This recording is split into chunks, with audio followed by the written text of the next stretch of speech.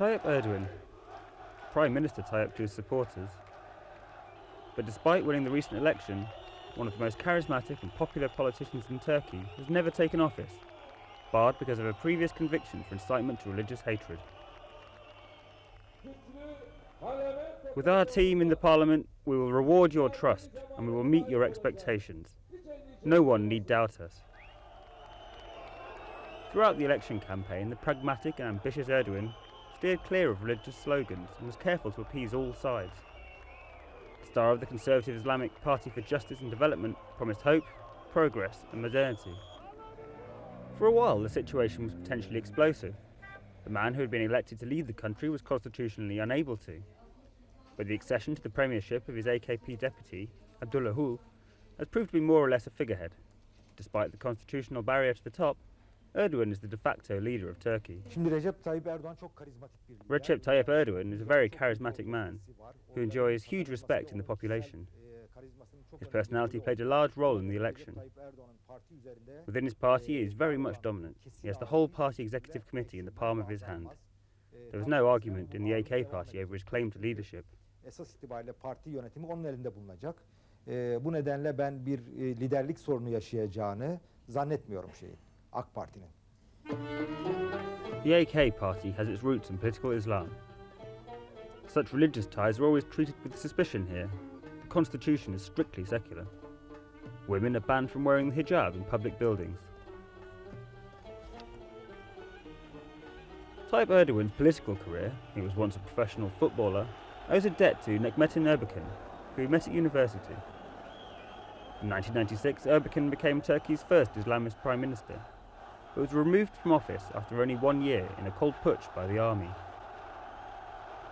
His welfare party was outlawed and could never recover its former popularity under different names. Erdogan, like his mentor Erdogan, is religious, teetotal and comes from a simple background. As a teenager, he sold lemonade and sesame buns on the streets of Istanbul's rougher districts to earn extra cash. He was mayor of Istanbul for 4 years and dedicated himself to the poorer suburbs, improving sanitation and infrastructure. Then, his political career found a sudden end, with a poem.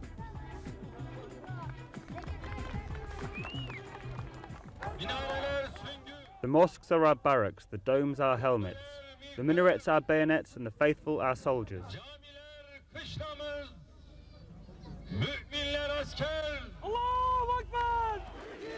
Erdogan was convicted of inciting religious hatred and served 4 months behind bars, despite numerous protests.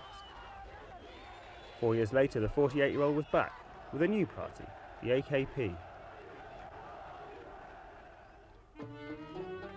The landslide election victory in November 2002 was closely linked to the worst economic crisis in the region for 50 years.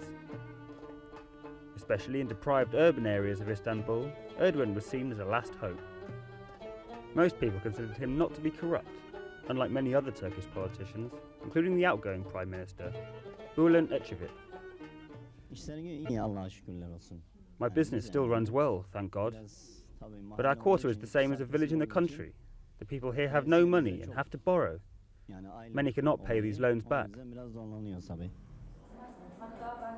The business elite also warmed to Erdogan.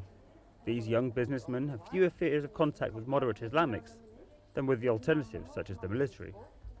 And the AKP seems to be headed in the right direction. I don't think that there will be a big change, a fundamental change in the management of Turkey if one of those parties will be in power. I don't think so, because we have a solid history in democracy, and we want to improve our democracy. We want to have European standards. We want to be a member of European community.